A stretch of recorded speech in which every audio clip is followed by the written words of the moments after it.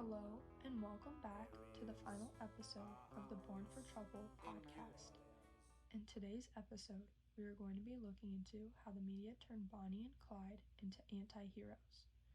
We will be focusing on their fame, the photos, and the public's fascination during the Great Depression. In the spring of 1933, a small-town newspaper editor opened a roll of film that the police had found in a ransacked apartment in Joplin, Missouri. The film showed a man and a woman, smiling, posing, and holding guns. The woman wore a beret, leaned against a stolen car, and held a pistol like she was on top of the world. The man had a cigar between his teeth and an arm slung over her shoulders. These photos would later change everything. They didn't just show Bonnie and Clyde the criminals. They created Bonnie and Clyde the icons. Before those pictures were found, Bonnie Parker and Clyde Barrow were just names on wanted posters, bank robbers, car thieves, suspects in a string of murders across the South. After those pictures hit the newspapers, they became something else entirely: celebrities. The press and the communities loved them. Headlines such as "Love Bandits Strike Again" were being printed across the country. Bonnie was suddenly the cigar-smoking gun mole, a glamorous outlaw who traded in her lipstick for bullets.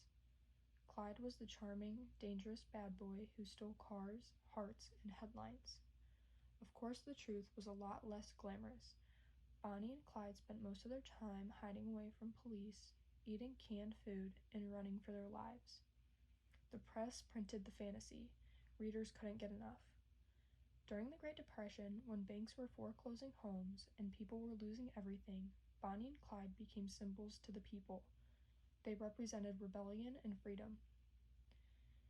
The press exaggerated nearly every part of their story. Sometimes they reported robberies that had nothing to do with them. Other times they described Bonnie as a trigger-happy killer, even though there's no concrete evidence that she ever fired a gun in a deadly shootout. The more the newspaper printed, the more legendary they became. People mailed letters to law enforcement offering help to catch them or to warn them about traps. Bonnie became an influence to the younger generation at the time. Teenagers often copied her stylish attire. They wore berets, curled their hair like hers, and even posed in similar fashion. Ballads were written about their crimes, and when reporters ran out of facts, they made up more. However, there was another side to all this attention. As their fame grew, so did the law enforcement's desire to put an end to this madness. Police across multiple states were desperately trying to find and bring them down, and every new headline released only added to the pressure of finding them. Officers who had never even met Bonnie and Clyde wanted a piece of the glory. Some even bragged they would get them dead or alive. By the time Hamer joined the manhunt in 1934, Bonnie and Clyde weren't just outlaws, they were public enemies, number 1 and 2. The media had made them too famous to survive. After their death in Louisiana, their story didn't end, it exploded. Photos of their bullet-riddled car hit the front pages the very next morning. Crowds gathered just to see their corpses being driven through town. The newspapers that had once romanticized them now called them monsters.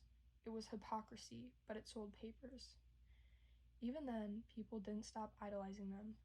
Songs, poems, and even comic books kept their story alive.